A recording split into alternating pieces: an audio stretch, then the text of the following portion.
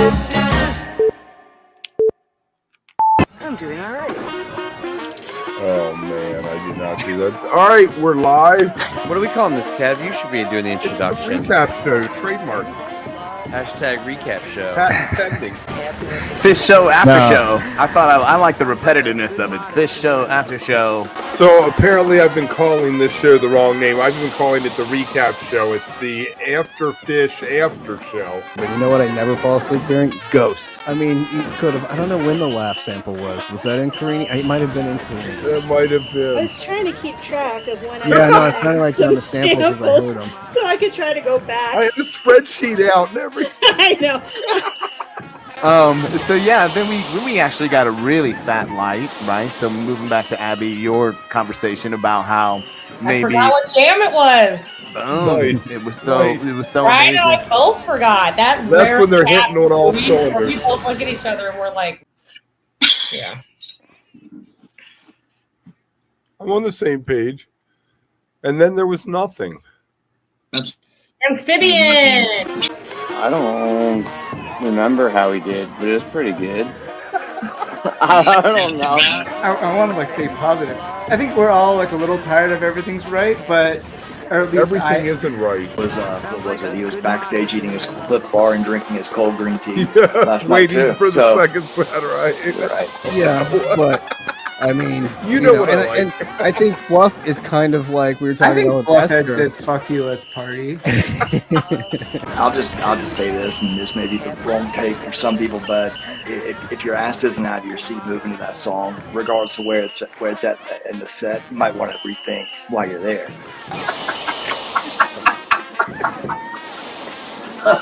Kev's just gonna fuck with us the entire night. That's not true at all. It's not a goose set just doing this the entire fucking time. Right. That is the best People will symbol. complain about catching on, and I never did to be like this before after Hood. Fuck them. I love that song. Works great.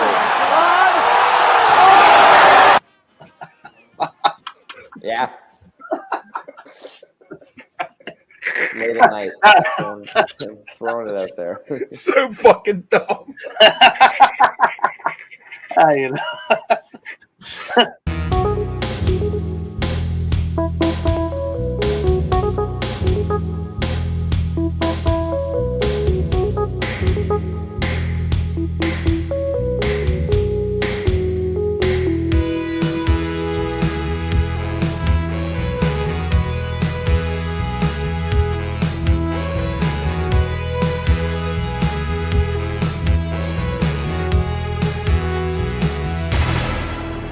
wook+live. Welcome back. We made it. Holy shit. What's up, guys? Got a tour in and everything. Yeah, little mini tour, little mini weird ass spring tour that I thought was dope. I saw a lot of hate, but I really thought that was a great tour. It was a dry run. I think it was a dry run for summer. Let's play 110 songs, make sure we know basically what they are. And we were doing the same thing Fish was doing. We were trying out some new things and getting warmed up. We left Kev in charge because Fam and I were like, fuck it, we're out of here. We're going on the road. You did good, And we Kev. did what every good wook would do, which was put an even wookier wook in charge, right? When you leave, that's what you do. You say, I mean, if we were going to ever put anyone in charge, it has to be Kev is the guy you would want to make making the calls. He did great, though. He did great. Oh my gosh, he killed it. It was so much fun. It was a little stressful. We one night somebody couldn't make it, so we had a last minute. Yeah, it was and Brad serious. stepped up for us, not Pickles. Pickles Brad. He's got the most motivation of any of us. I don't even know if Kev's really a wook. The guy is just off the charts. Did you see the number of buttons he added?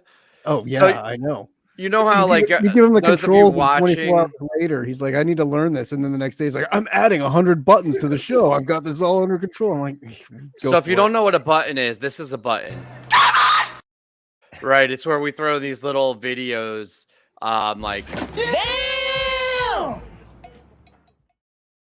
So I was out of the studio for a week and a half, and I come back and Kev uploaded 90.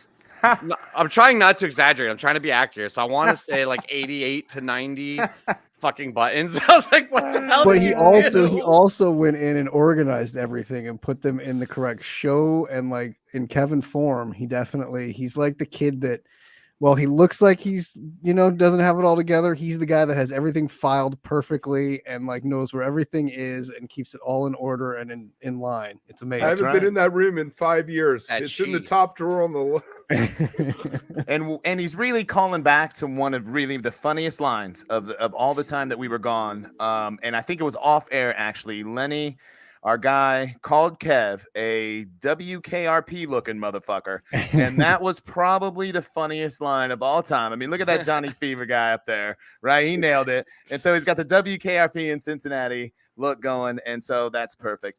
I also was able to get, look at this, guys, on tour. Again, we were able to do a little mini tour. I got the both. Look at this. I've got the Jordan Sheldon and the Joey Vehicle Jam Slaughter. You're fucking awesome cards. I'm collecting these as we go, but I just wanted to make sure everybody knew. We ran into a bunch of cool people at Deer Creek. Joey and Ben stayed with us. That was really cool, and a whole bunch of people. It was the Makitas. I mean, I don't want to start listing because I'm going to miss people, but it was a really fun time. What a time! There are lots of pictures on this website called Twitter. If you just look any of us up, you'll probably find. Why are you flexing? You're making me so uncomfortable. Is he flexing? Because of what Funky Witch said. Oh, he's a flexer. Look at this. You're a flexer. I got You're most definitely the most organized wook there is. Yeah, so I don't know. Like, if you guys want to talk about anything about the tour, I mean, we have a really exciting guest coming up. Dr. Lo Faber's coming up from Got You Wine, has a new album out. That's gonna be fun. But we can recap the tour a little bit. You guys you went to a bunch of the shows. I want to know mostly how was the tennis court? That place looked awesome. Was that down in Carolina? And down in Charleston. It was a really fun venue. The audio was great, right? The sound everywhere in the venue was really powerful but also balanced. My complaint, I think I said this on one of the recap shows, was that since it's true bleachers, like high school style bleachers, the bathrooms and the concessions are on the first floor. So when you're at the very top of it, you got to walk like 16 flights of stairs to get down there. So I just stopped drinking those shows. I was like, I'm not going to go down and piss. One of the best things that venues can do, right, is honestly make it like an adventure or a hike to get up. Like Red Rocks is like that. We were just talking about that at Deer Creek. We're talking about by the time, if you park at the bottom of Red Rocks, by the time you walk up the ramp and get to the actual venue, you're stone cold sober. Security doesn't have to worry about you. So it sounds like it was the same thing here where like you're walking up and down the stairs, like forget it. Yeah, I'm not going down there. Completely. But Deer Creek's the opposite. Deer Creek, anywhere you turn, they're trying to figure out a way to make a buck off you. Oh, boy. Walking around with booze at the top, booze at the bottom, booze on the wings. Jello shots. Folks walking around. Come on. Like, no one needs those out here. Really bad idea. One time I worked at this bar called The Sink, and we had Jello shots in the walk-in, and we decided to do a couple. And my buddy says, they're going to know we just did a couple. We should do the whole tray. And the next thing I know, my roommate was pulling me into the house. The next morning, I was in the snow out front of the house. So no Jello shots for me. Yes, passed this out. Is the guy. You put this guy in charge. Like we said, this is the man. Whose decision was that anyway? I think we just it was the fall. I think we just kind of left. I think it was just because no one else could do it. Like everyone's like, I'm not doing it. And Lon was like, I'm not doing it. Kev's like, I'll do it. Fuck it. Well, I was naive too. I thought I was going to be all like superhero on tour and call in each night and have perfect service magically and full attention and not be, under influence, and none of that came true. I was like, yeah, you got it, Kev. Fuck it. There it is. All right, why don't we bring our guest in? Let's do it. Absolutely. We don't have the intro music anymore. We got to do that. All right, I'm just going to bring him in. Ladies and gentlemen, Dr. Lo Faber. What's up, Lo? How we doing, Dr. Lo? We're doing good. Very excited. So very good to see excited. you, man. Thanks for coming on. This is fantastic. Okay, I'll give you the nickel tour. I'll give you the nickel tour to the audience. He was in God Street Wine. He is a doctor of music and now lives in New Orleans, plays some shows, puts out some albums, most recently Claiborne Avenue. And why don't we pop off there? Because I like to know what's going on now. Oh, sure. Well, that's kind of starting at the end of the story, but okay. We'll go backwards. We can work our way Start back. at the end. So yeah, I retired from music in 2006, and I went and got a PhD in history from Princeton University. And I Oh, did so that's that. like a real doctor. That's like Wow. Princeton level. You're not fucking around level doctor. It's no Dr. Teeth or Dr. John. That's a or flex. nothing. I was, yeah. Well, and I grew up in Princeton too. So did my wife. So it was like moving back to our hometown where we went to high school. So it was nice in that respect as well. But I did it because I had a child, my first child, my daughter, and I couldn't find a way. I couldn't figure out a way to make a living in music without touring at that time. And I was just like, I had toured a lot in my life up to then, and so I was like, I'm gonna do something else. So I started the PhD in 2006. 2012, I finished it, and I got a job teaching at Loyola New Orleans. Very nice. And my dissertation, which became my book, is also about early New Orleans. That's what drew me down to New Orleans. With the focus on its music, or just generally speaking? Actually, New Orleans? no. It's such an incredible music city, but I was interested in politics and in the growth of the United States and how this place changed when it went from being a French and then a Spanish colony to being part of the United States kind of expanding democratic empire. Interesting. Yeah. I mean, it is interesting. So you should read my book. It's called Building the Land of Dreams. Noted. Absolutely. Mommy, And write that down Incredible. for me. I'm a teacher. I'm a 6th grade social studies teacher. So man, I mean, this is That's right up my right. alley. I mean, there's so much history with the everything, so much history with the music there. Yeah. And so, it was really after I was actually living here that I started really being drawn into the New Orleans music world, because and I'm sorry, I'm not answering the question about Claiborne. No, that's okay. It's all right. No, that's how we roll here. That's what we do. Just kind of throw it and let it go. And you know what? My longtime band, God Street Wine, that we'll talk about in a minute, but we were, we had the following that we had was very regionally based. It was better in some areas than others. We were concentrated in the Northeast, but also like Midwest, Rocky Mountains, West Coast. Those were all good, but we never did much in the South, and it was kind of a source of frustration to us at times. And we would try, and we would just kind of strike out every time we toured in the South. So it's ironic that I ended up living here. And You're gonna beat it one way or the other, right? Yeah. And so the Claiborne Avenue record, I retired from Loyola in 2019 and went back to full-time music, really just in time for COVID. Perfect timing. Perfect. Yeah. And the Claiborne Avenue album is actually the second Dr. Lowe. And Dr. Lowe just came from that was what my students called me at Loyola. So you roll with it. And I rolled. And the one before was Bottomland, right? Yeah. Can I actually, I have them right here. So Nice. we had Bottomland. Yes. Which Bottomland is actually a kind of swampy forest that you have down in Louisiana and Mississippi. That's where the gators are. And here's the Claiborne Avenue cover. Nice. And by the way, this is known as a compact disc. I don't know. Love it. Relic. Yeah, It's incredible. I always Remember remember those? I have a great deal on a coaster. Right. We do have your Bandcamp link if anyone wants to go scroll through our Twitter, and we'll repost it. Absolutely. So you do I wanna actually pick it realized the up. other day I don't have a CD player anymore. And like I don't even my computer doesn't even have a CD-ROM anymore. I found all my old gone away. CDs. I was so upset I couldn't play any of them. I bought my kid youngest a boombox because she was like, I want to listen to your CDs. It's coming back. I'm telling you. I'm serious, fellas. It is Get on the now, wave. It's kind of the new vinyl a little bit, right? Like it's kind of the hipsters, the real new vinyl? right? Exactly. If you're really on the cutting edge trend, get Lowe's CDs. Those are the ones that you want to get. And again, then that's the cool kids now because vinyl's kind of out already. But Be a I'm cool kid. kind of joking, but in dead seriousness, all those kind of things come back. And Kind of CDs joking, but not at all. Nah, seriously, When are CDs are 8-tracks like a coming thing back? again. When It's are great. 8-tracks coming back? Can Not I bring it 8-tracks, back but to cassette tape. Dr. Lowe? I want Yeah. cassette tapes to come back, like the old bootlegs. Like I used to have a couple of Ah. God Street Wine cassette bootlegs Yeah. from back in Really? the Where are day. 8-tracks? Like, Why aren't they back yet? Yeah, where are the You can't 8-tracks? find Eight players, track man.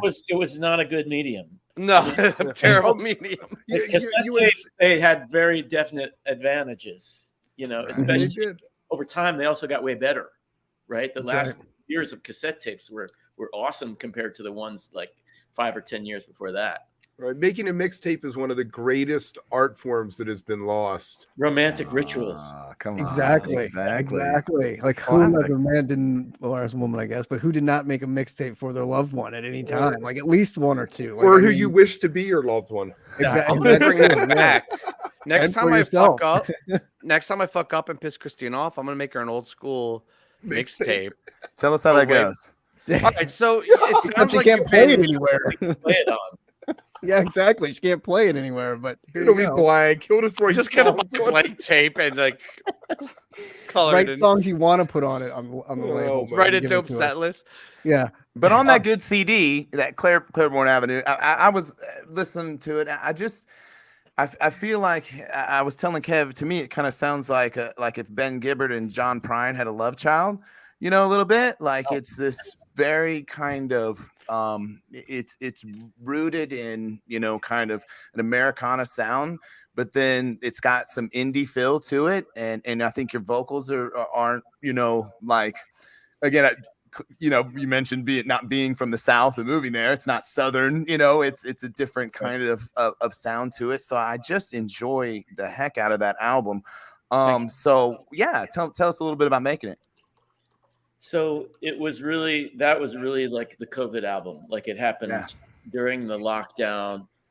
And well, I also took up live streaming in a big way. I was kind of hesitant at first, and then I got into it in a big way. And I'm still doing weekly streams actually, but so so I was doing the twice weekly streams. I started a YouTube. I bought a green screen. Yes, we all did too. This all sounds very familiar. Kev's green screen's right back there. And so, you know, I mean, I kind of play all instruments, so I started making these green screen videos where I would be playing all the instruments. And I did the Beatles Revolver album, which is always one of my favorite albums since I was a kid. And I was just like, I'm just going to do every song, my own version. You didn't want to make it easy on yourself. Yeah, starting. And then I was like, I want to do all country songs. So with my wife and son, we filmed ourselves about 18 times from the back. And then I layered it in a video editor, so I had a fake audience. And then I noticed the Twin Peaks references. Some of you might appreciate that. I captured some footage of the Roadhouse from Twin Peaks: The Return, and I made that my backdrop. And I made what I called the imaginary country concert, where I made a fictitious band, and it was all country covers. And then I started posting the videos, and some of my Facebook fans and friends started actually coming up with names and backstories for the individual band members. Yeah. Nice. Amazing. Wow. So anyway, I'm doing all that. And at the same time, I'm like writing my own songs and recording them. And so what I do, basically the way I made these last few records is I make a demo. I play everything myself. I record everything in Logic. And then I send everything out to the musicians one at a time to replace my parts with the bass line or the drums. Well, starting with the drums. So it's got to go to the drummer first.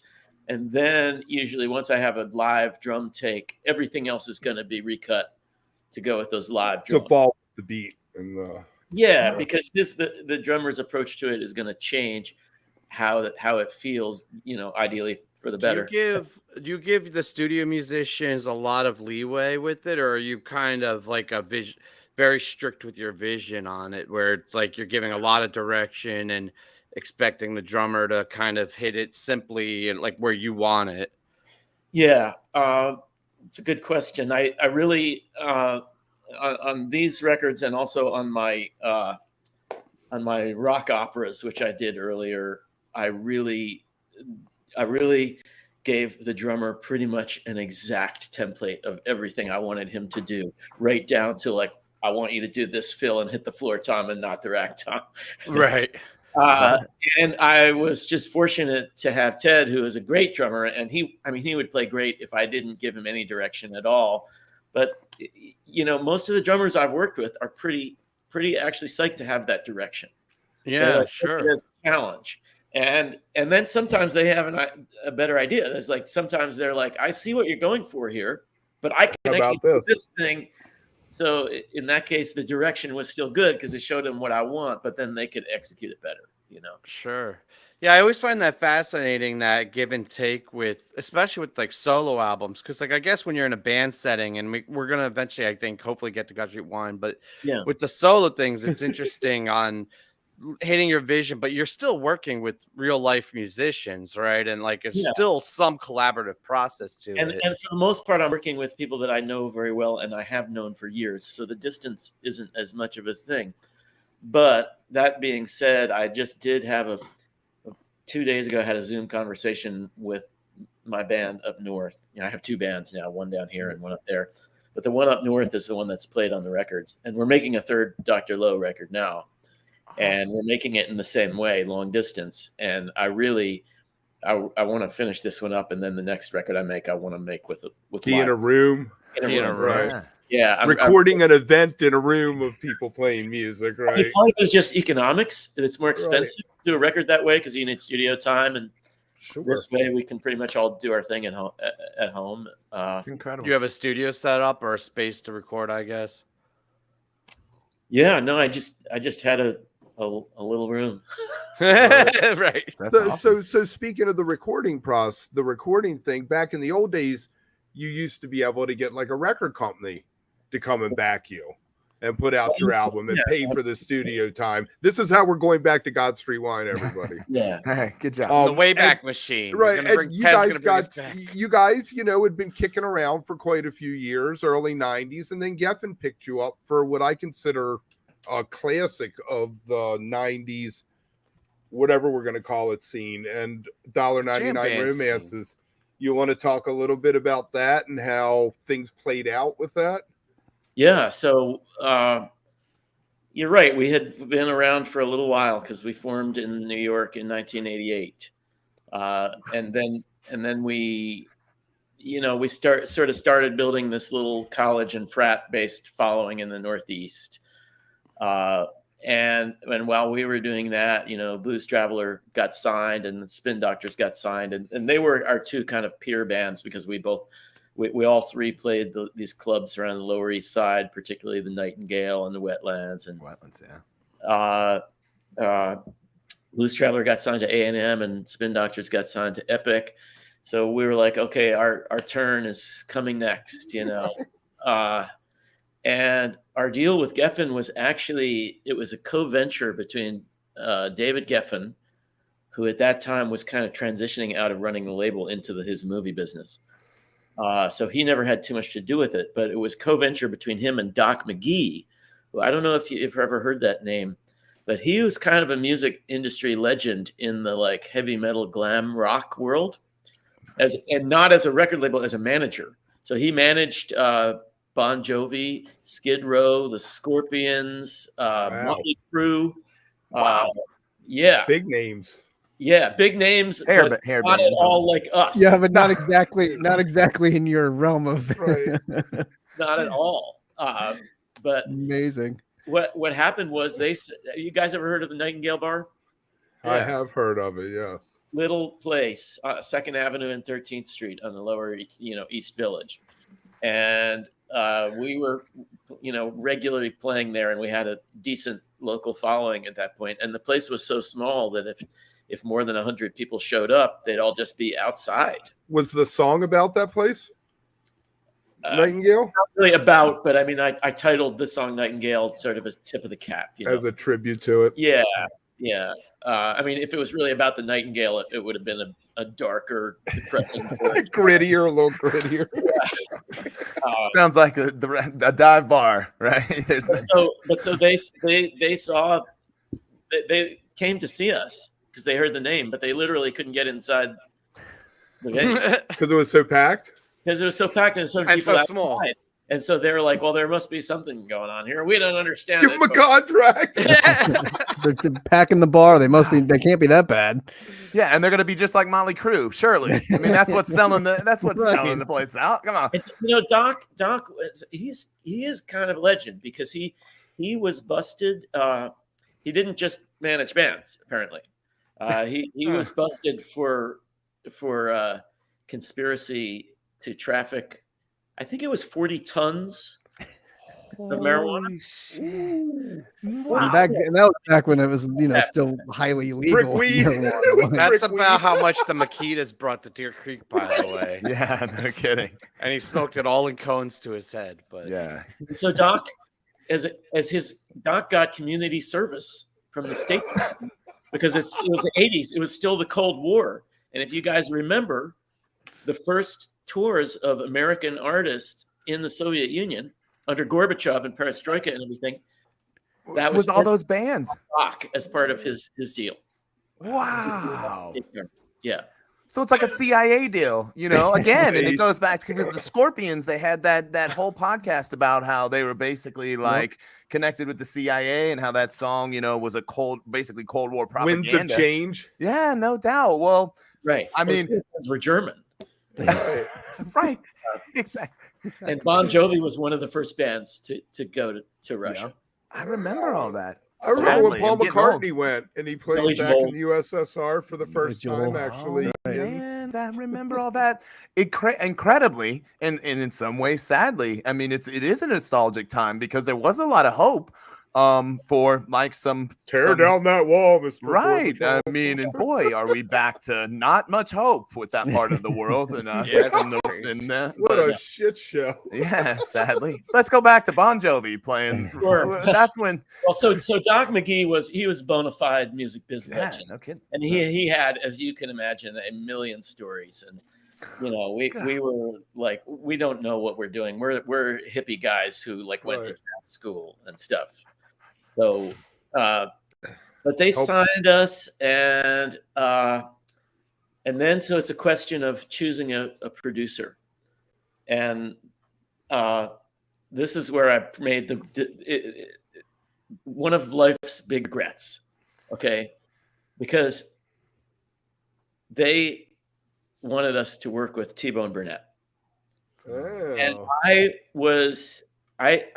I mean, I knew vaguely who he was, but I didn't really know who he was. And I was just such a kind of arrogant asshole at the time.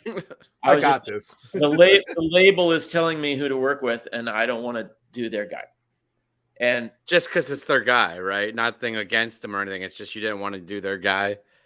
Yeah. And, I mean, he had just done the Counting Crows. And the Counting Crows record was huge, and I didn't really care for it. I just and that's fair for reasons that looking back, I actually kind of like them as a band. It was just the one song on the radio. We were all sick of it. Mr.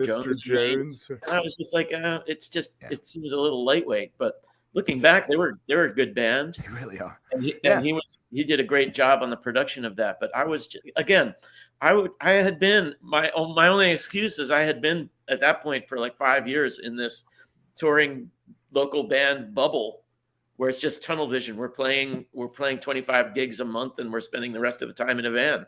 I mean, I didn't know.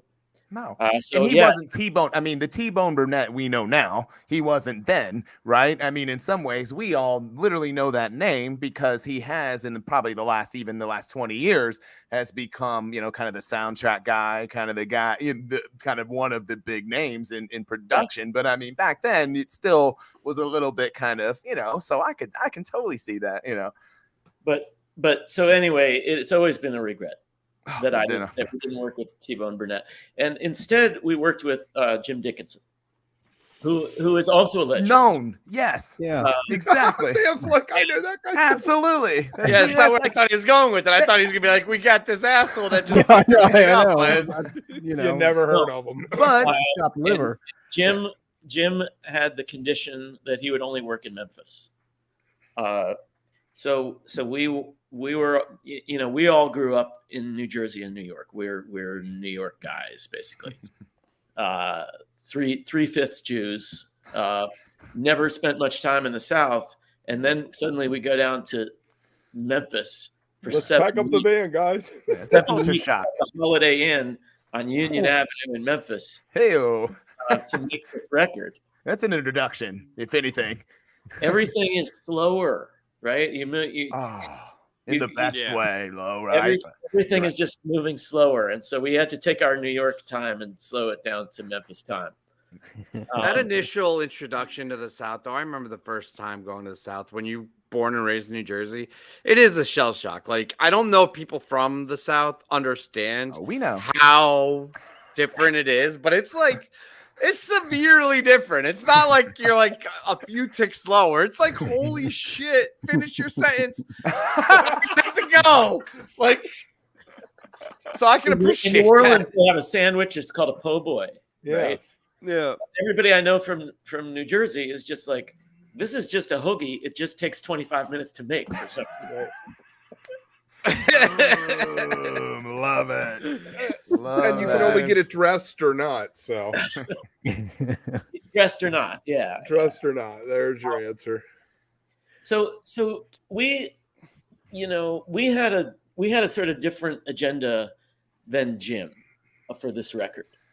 And Jim had a whole career built on being the very alternative guy. You know, he worked with the Replacements. And so he was the man who was going to stick it to the man. That was his reputation. Except in retrospect, I sort of figured out that Jim saw us as like his ticket to the mainstream. He was like, this is going to be my successful radio album. And we did not want that. We wanted cred and cool music and the respect of our fellow musicians and all the things that. And your fan base wasn't very interested in that. No. For us to have tried to become a radio pop band, for us to have tried to become the Counting Crows, would have been a real sort of like betrayal of our existing fan base. I mean, everybody was trying to sort of square that circle. Like, how do you appeal to radio while still maintaining your integrity to your fan base? But, you know, bands like Fish decided we're just going to think about the fan base. And you also saw Spin Doctors and Blues Traveler. They had the hit singles. Well, and then what was happening to them at that point? You know, it was make another one. Where's my next single? You know, Spin Doctors spent, I think, about 5 years touring on the same album, touring the world over and over again, playing 10 songs, basically. They did Jimmy the Olsen's opposite. Blues. There was like a divergence, right? And some of the bands went one way and the Spin Doctors went the other way. Well, but they also got that real touch of like, you know, I mean, that song, a couple of those songs became like top 10 pop hits. Yeah, no, I know. I'm not talking shit about your Spin Doctors. No, slow down. Oh, please be careful. No, but no, it's okay. I'm fair with being the Spin Doctor stan, you know, in context, but let's be That's careful. a different multiverse. That's right. That was the other multiverse. But I do think that they just had that temptation enough. And I think, honestly, if you ask those guys, they would do it differently, right? So then, because, I mean, it was a burnout and fade away deal, you know? And so they had to kind of redo what they decided to be because it was kind of a, fireworks in there. I have to say, I mean, I'm a fan. Like, of all guys. of a lot of our early peer bands. I mean, they really influenced me a lot. That first album was deservedly successful. So good. Aaron Comas, their drummer, I mean, his pocket's so strong. So good. And the hooks of those songs. I mean, it was quality and it deserved all the success. It was just that the process at that time really induced burnout. And so they ran into like the second album sold 2 million and the label considered it a big failure. Right. Not. 2 million. It's an expectations game. But also, they still play that. They're actually doing a pretty big tour this summer. I've seen that. And they sound great, actually. Oh. So, I didn't even realize that. So coming up together, because I guess it sounds like Got You Wine and Spin Doctors and Blues Traveler and all these bands were kind of all simultaneous coming up at the same time. Were you guys friendly? Did you interact or talk, exchange calls, We were or friendly. I guess before emails, but like, were you friendly with each other? Yeah. Oh, definitely. I mean, but more friendly on a like, I'll run into you on the Nightingale and we'll have a drink and shoot a game of pool together. But I don't like have their numbers. I'm not calling them. Well, I know I have Aaron's number, but they were always ahead of us too. Like Fish, Blues Traveler, Spin Doctors. They were always a couple of steps ahead of God Street Wine. And then there were some other bands that we were a few steps ahead of. Like, it's all Right, great. so like toeing the line right in the middle there. It's that you're a bar band. You make the jump to small theaters. You know, you make the jump to being an opening band, maybe for sheds in the summer, kind of thing. Yeah, but The I mean, festival circuit. we were happy to get a chance to open for Blues Traveler from time to time. You know, Didn't you guys open for the Allman Brothers one summer? Yeah, well, yeah, we did it. We did basically a summer long tour with the Almonds. I think 96 maybe. It was for Red, right? Yeah, and that was when it was still Greg and Dickie and Warren and Alan Woody on bass. The classic lineup, probably the best lineup they ever had. That was Sorry, Derek. Unbelievable experience. I bet that's phenomenal. And I always look at it too at that time.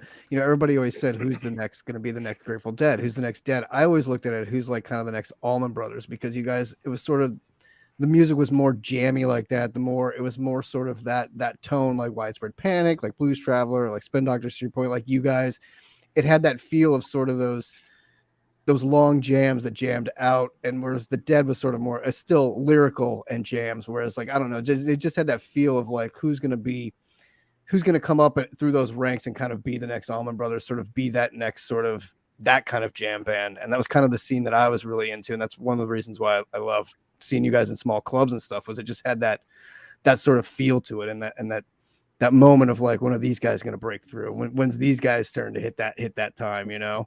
So I'm still waiting. Actually, me too. Definitely. I mean, we had a big Almonds connection because of our two guitar players, me and Aaron, and I would write lines for us to play a lot of lines in harmony.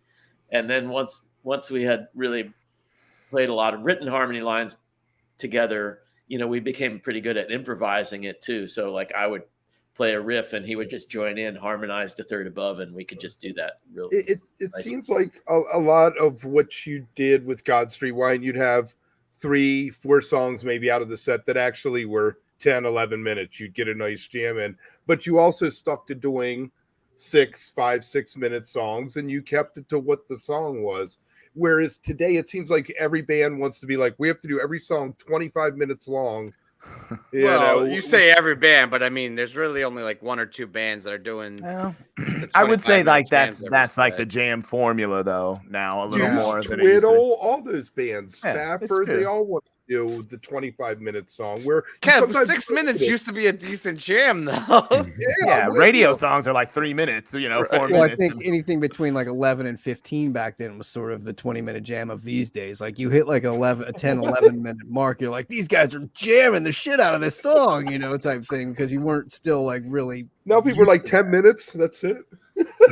Yeah, no, exactly. Now you're like, oh, it's 10 minutes. Jeez, why didn't they go 20? Were they tired? I mean, I don't. Obviously, I think Fish has been very influential, and people love their jams, and rightfully so, because they're good at it. You know, I've heard some bands jam where it doesn't do much for me. You know, so if There are bands where 20-minute jam would be torture. But I always thought of myself as a songwriter, you know, first and foremost. So if the jam enhances the song experience, you know, the jam is something that can change from night to night, whereas the song part is going to be pretty much the same. You know, so when your agenda is playing for a lot of repeat customers and people who follow you from gig to gig, you gotta change it up. You gotta give them some surprises. You can't play the carbon copy version of the song every night, obviously. Yes. I do have that opinion, and I don't want to talk disparagingly about new jam bands or any band. I won't throw you on the spot, but I do feel like a lot of the bands from the 90s were more focused on songwriting, and a lot of the newer quote unquote jam bands have been primarily focused on the improvisation. And I feel like there is, in my limited, interpretation of it, there is that lacking of good songwriting where they just have a groove and a pocket and like, all right, that's a cool little vehicle, and they take it out and it is a fun jam, but they're not I need lyrics to hold right. me. Like all the intangibles that make a great song have been lost on some of the younger, newer jam bands. I will say, while we're on this, Goose is one of those ones, because we were talking about that in the green room. I do think has some good songs, right? Like they are more, but there are a lot of jam bands that don't really write songs anymore. They just write jams. They're like, all right, here's a groove. Hey, thanks, Katie. Well, we could talk about how about the newest God Street Wine record, right? This Fine Town, because and to me, this is where also you don't have to play 13, 15, 20-minute songs, but you can still very much fit into this kind of culture, this kind of community, this kind of music, lover scene. And it's, music that has ska, that's roots, that's Americana, that has rock, that has all these different genres, right? What do you call that scene? I don't know. The cool kid scene is what you call it, Kev. Of course. But I just mean, when I listen to this record, and I think all God Street Wine records, I feel like there's so many different genres that are influencing you guys, and you're attempting to kind of bring those out in your way.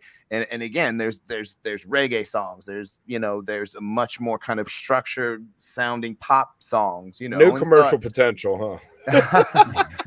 Well, absolutely, because there was such great pop records in there too. Right. I mean, that was what was so incredible about you guys, and still But the is, record companies know what to do with that. If you hand that to a record company, are they like, how do we market these guys? Wait, did Fam ask a question?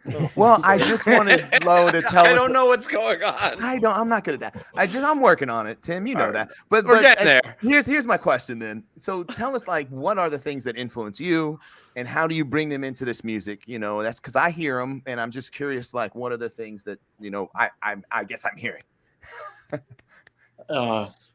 Well, I mean, I already told you I grew up playing bluegrass. My first was banjo. So, in the bluegrass, in traditional bluegrass, you have your song, and then each instrument plays about 16 bars, and then you play the song again, and then that's it. Like we were talking a little bit before the show, I think Billy Strings has kind of expanded out of that framework a bit, which is one reason why people are digging him so much, other than the fact that he's also awesome. But then after bluegrass, for me, it was literally, I grew up in a kind of rural area. I didn't have access to a record store, so I listened to the rock records that were on my mom's shelf that she already had, or that like the hippie friends who used to hang around our house had. And so it was the Beatles' Revolver, it was the Rolling Stones' Aftermath, it was the Grateful Dead's Working Man's Dead and American Beauty, it was Bob Dylan's The Freewheelin', it was Joan Baez's Farewell Angelina. A lot of acoustic stuff. It was Bob Marley and the Wailers, the first album, Catch a Fire, and Bob Marley and the Wailers Live. I mean, I'm literally talking about 12 records. Right. And these Z12, though, I feel like that's like the record you bring on the island when they ask you the It's like your starter kit. It's right. Yeah. I'm still like basing, Emmylou Harris, Luxury Liner. I'm still trying to just wrap my head around just those records. I love that. Was there any difference these days to writing songs compared to back then? Like one of my all-time favorites is Driving West. Like Getting Ready for You Coming On. I've listened to that so many times over the last week, and it instantly takes me back to sitting on the porch in Fort Collins, drinking a sunshine wheat, playing disc golf, like instantly. And that memory, songs do that. That's one great thing about songs is they instantly take you back to places or feelings or moments. Is there anything with writing songs these days compared to what you wrote back then that's different, or do you use kind of the same influences, the same style? Or I think.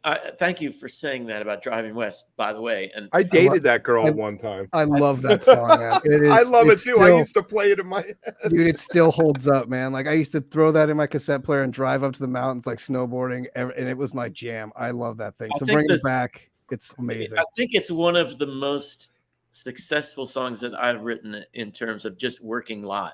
It's a song that works live. You did it on the live The ones stream. that really work live, I always call the bangers. Like it's a banger. It is a banger, baby. and it's You one of those did it on the songs that live you play- stream. I saw. You play it differently all the time too. To your point, like it's always like some minutes it's after Imogene, that one I was listening to, and it's like 8 minutes, and then there's like a 12-minute by itself jam. It's like it's always a different sort of.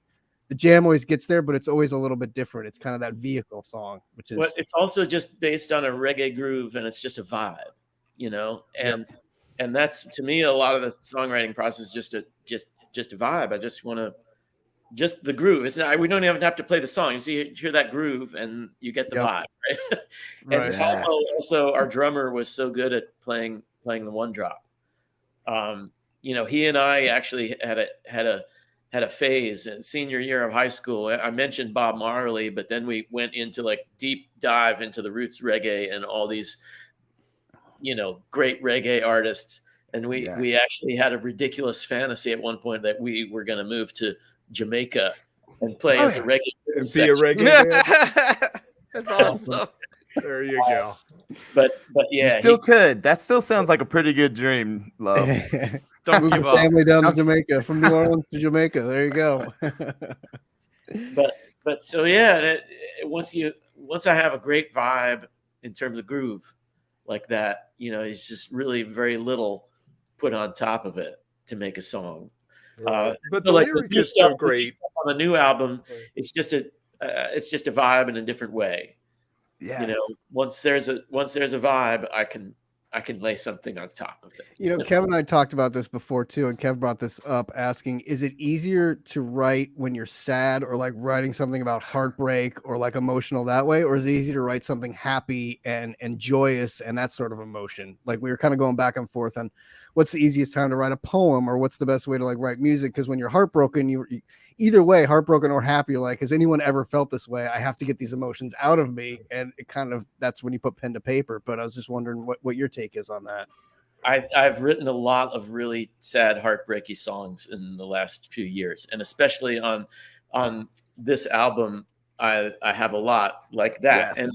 And to be honest with you, I mean, I love those sad songs. And as a listener, in fact, I was just telling an audience this the other night, because I was talking to my audience about how many sad songs we were playing, and I'm like, to me, sad songs don't actually make me sad. Like they kind of actually make me feel good. Are they, because they're kind of cathartic in that way? Cathartic, I guess that's what Aristotle would say. But just it's relatable. It's the idea that we all deal with the same things. And it's just the fact that it's being it's going from an emotion into music. Music makes it seem more noble and beautiful and meaningful, right? It's not just me being sad and depressed. It's actually now a fucking song.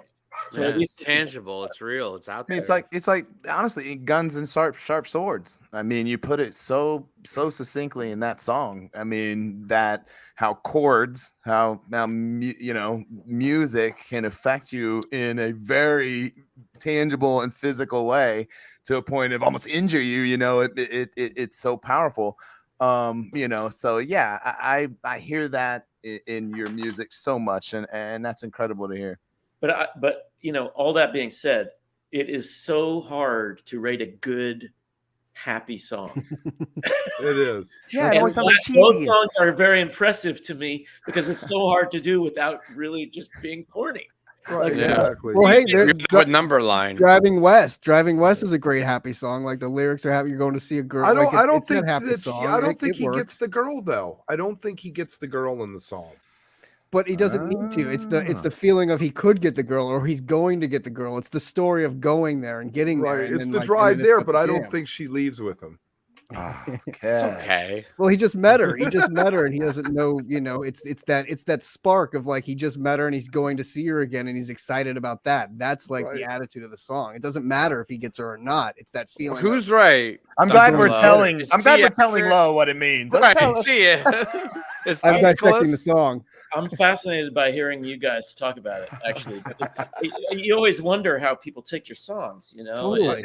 it's like, I listen to Bob Dylan. I mean, I'm a huge Dylan freak, and I'm always like, you know, but in a way, I don't even want to know. I don't want to know the story behind it. Right, sure. That's true. It'll ruin it, right? But that's the beauty of music too, is everyone interprets it differently. Everyone has their own story behind that song, or like what it means to them, and like I said, where it takes you back to and what those memories are that you relate to with that song. And that's the beauty of music. Doctor. I always thought, Yes, you are, I Waddy. always thought that there's a dark undertone to Driving West. Like Yeah. he's talking about this girl that he doesn't really know, but he kind of digs her, and her parents are out for the afternoon. Will say she's got to come with me. Right. So it's I like, like there's it. some coercion involved. I don't know. It is a little dark. I can hear that in there. Oh shit, that's super dark. Yeah, I like it. I like it. yeah. Great. I mean, they're gonna they're what, maybe they're 19-year-olds gonna drive across the country, run away, have a relationship. How's that gonna go? Right. How's that Right? gonna work? Yeah. It's like a Badlands situation or something too. You never know, right? Like, But who I knows? get what T's saying though, because when you're 19, that perspective, it's like all exciting and doesn't seem dark, right? It's just romantic but now as all like older men, we're like, oh, that's kind of That's never gonna work. Yeah, That's never gonna work. that's a terrible idea. All Can right. I tell you one more thing about Driving West? Yes. Please yes. do. I told this story before. What really inspired the songs, I often get inspired by a picture. And I saw not an original painting, but a postcard version of an Andrew Wyeth painting. And the painting is called Brandywine Village. And it just shows a row of houses in Brandywine Village, which is in the suburbs of Philadelphia, I believe. And it shows a row of these, you know, very like nice upper class stone townhouses. And it's like probably October and the streets are covered with slick and leaves like it's just rain. And I just saw that. And it created this whole story in my mind. Like there's a girl in one of those houses and she's fine. And I'm the guy who's thinking about her up there in her nice house. And there was something about the bourgeoisness of the houses on that block that I just wanted to bust her and me out of that world and into the world of driving across the country on the interstate. You know, That's awesome. And you've got the, you know, October air in the lyrics. You've got the it might rain, but I don't care. It's got that Brandywine- feeling to it. So you kind of write into that picture that you're talking about. That's fascinating. That's awesome. Brandywine always made me think of Wilmer's Park. You played Wilmer's Park probably at some point. Maybe not. There was a place in Baltimore, outside of Baltimore, called Brandywine, Maryland. And they had all the Tim Walther used to do all the shows there. Oh, and, right. I heard we did. Right. Brandywine always made me think of that and how the good times you had there and yada yada. So yeah, you were telling us though that you're getting ready to make another record, right? Is that what we're hearing? So is there tour plans? Is there anything beyond that? Like tell us what we can expect from Dr. Lowe coming forward. What the future holds. That's right. I've got a band up north based around most of the guys are around Albany, and it's with my bass and drummer are from another 90s jam band called Ominous Sea Pods. Yes. Nice. They're Yes. an amazing band.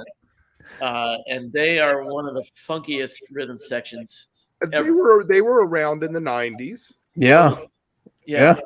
They were really kind of strongest up like in the North Country, like Albany, Saratoga, Plattsburgh, Burlington, you know, they were like in that region. But anyway, so I got a band with them, and they also play on the record, and so we're gonna do some dates. And now I have a band down in New Orleans where I do this every Sunday night at the Baltimore Relay on Magazine Street, playing with some great New Orleans musicians, including Reggie, who we mentioned.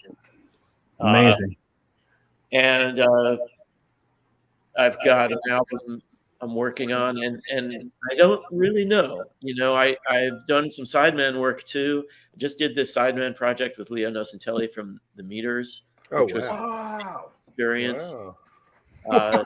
Yeah, so Leo recorded this album 50 years ago that just came out last. Oh, I heard that. It's Yes. acoustic, right? Yes. Yeah, it's an incredible story. And the album is very much not what you would expect from Leo. It's like a James Taylor singer-songwriter It's album. unfunky. And it's right in my wheelhouse, like on acoustic guitar. And so it's just playing these songs. Leo's like, I need you to play the acoustic guitar parts I played on the record so I can sing the songs. Oh my gosh! Like, I mean, no problem. oh So please, I'm gonna yeah. learn his guitar parts by ear from the record, and then have him tell me if I'm doing them right or wrong. Wow. What an incredible experience. I mean, that is a New Orleans experience. I mean, my gosh, that's like, what a legend. So being in New Orleans, do you have Debuted it at Jazz Fest in front of about 10,000 people. Right. And we're going to hopefully do some touring with it. I'm not really sure. Oh, very nice. Gosh. Don't forget us in the Midwest. Tell Leo we like music around here in the Midwest. Yeah.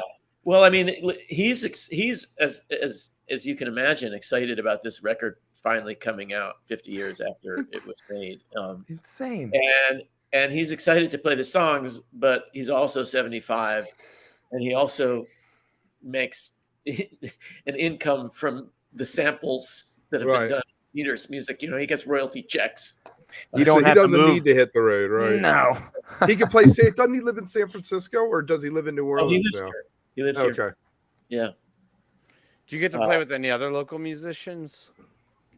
Oh yeah. No, I play. I have one in mind, but I don't want to just throw it out without. I should have brought it up at the green room. One of my favorite drummers lives in New Orleans, and I don't know. Stan Moore. I don't know if you've ever played with him. He's like one of my favorite drummers of all time. Yeah, from Galactic. Yeah. Yeah. But well, I also live right down the street from Tipitina's, which that was. I was going to ask you what your favorite bar to play at in New Orleans is. Like, my favorite to see anything is Tips. I mean, Tips Uptown is my shit. But good stuff. Yeah. There. Well, next time you come down, if you go to Tips, shoot me a text, because we'll meet there and have it guaranteed. You got it, man. We got to do a wook+ field trip down in New Orleans and New hang Orleans. out with Lo. And I'm actually, if there's anybody watching this from New Orleans, I'm also making my debut at the Maple Leaf on Friday night. Nice. Friday, day after tomorrow. Now that is a funky little bar, I must say. Yeah, so I'm psyched for that. Awesome. We didn't get to bring up the Spin article. Can we bring up the We're Spin rounding article? the corner on this. Right. I don't know. Should we try to just? Yes. force We can go like 2 minutes over if we have to. Yeah, we can. I feel like for Dr. Lowe, we can. Definitely. That's right. So if in you had a B 1990 plus transition, this is like our D transition. But this was an article Spin Magazine put out in like 94. We figured.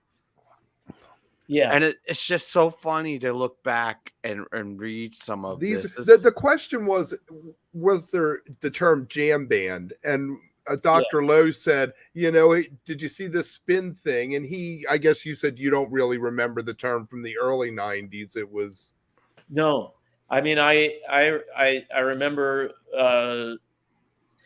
that I don't think he coined it, but I think Dean Budnick certainly popularized it with his book. And I've talked about it a bunch with Dean, so I know Dean real well. And I hated the term. I hated it. Now I've come to sort of make my peace with it, because it's useful to have a description. It tells people what to expect, and It's not really a genre, though. That's what's weird about it. People assume it's a genre, but it's not. It's more of just a general descriptive term. Very I guess. amorphous. Yeah. I mean, I hated it because it seemed to put things upside down in terms of making the jam more important than the song, which wasn't the way I thought of it. And I also thought, like, to me, improvisational music, that's just jazz. like jazz was basically jam music. There's already a name. We don't have to make a new name. Actually, it's been around a while, so and we can use that one. It's fine, right? So it is an interesting thing, and the problem is then when it becomes an established thing and you get pigeonholed into that, it can pigeonhole you, right? Yeah, and I mean, I literally think every musician has this issue as far as how do you describe your music, what's your genre.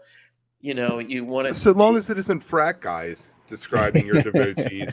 You like that? What's so funny about this piece is like, I remember when it came out and how, I laughed at all the insults to all the other bands. We did earlier, right? We can't. I mean, John Popper just gets put through the ringer. Oh, poor It's John. brutal on Popper, dude. It's brutal on. Look under the Dave tab. You got Popper jokes. Under the Fish column, you have Popper jokes. And then the They're main just thing of a everywhere. blues They're traveler brutal on is 'em. Dave 400 Matthews pounds one. of Popper. It's so rude. It's just so. Can you mean. go down to the bottom of the Dave Matthews one? Fun fact. That's pretty harsh, right? Oh man, Spin Magazine, ladies and gentlemen. that Spin is Magazine. pretty But you got hilarious. to More you guys poppers. remember, Spin was Politically correct at a all. whole other kind of music. Spin was focused on alternative, Indeed. which somehow yeah. became the mainstream. I've never been able to figure out how alternative became mainstream, but that's a conversation for Right. another. And- Once it started making money, it became mainstream. And, Yeah, and I'll I think have it go in there. that's where it ended up, right? Is where you end up in this situation where it becomes what people hear is that jam band moniker, and then they put you in a box with all those other bands, and if you don't like that band, then you won't like this band. And my gosh, God Street Wine sounded nothing like any of those bands, I mean, it was such a strange thing to do. We also weren't as famous as those other bands, so it's actually very flattering to us. It's kind of cool, You right? Well, you absolutely insult us as long as you're putting our name in the magazine. fair. Right. Well, Yeah. you deserve to be there. in Any our publicity opinion. is good publicity, even if they're ragging on you or saying anything bad. And you guys actually had one of the more positive reviews in that thing. Like, it wasn't nearly as vicious as they were to, let's say, Blues Traveler in that. So that's a plus too. I do like how the Tomo is called with traps. It is kind of like a little pretentious way to call percussion section. Yeah, exactly. He Alright. insisted on that. That was his thing. Well, we're up Dr. against Rose, it, thank but you. I really enjoyed this conversation. I hope we get to do it again Yes, soon. please come back. Please come This back. has been sometime. awesome. It was- And we'll definitely there's see you so in much. New Orleans. We'll definitely have a And drink in if New you Orleans. haven't yet, for those watching, check out Claiborne Avenue. It's Over Dr. on the Lowe's new Bandcamp, we'll album. tweet it out. And go listen to Driving West because we're all feeling nostalgic, right? Like and subscribe, and Dr. Lowe, hang out for a second. Like and subscribe.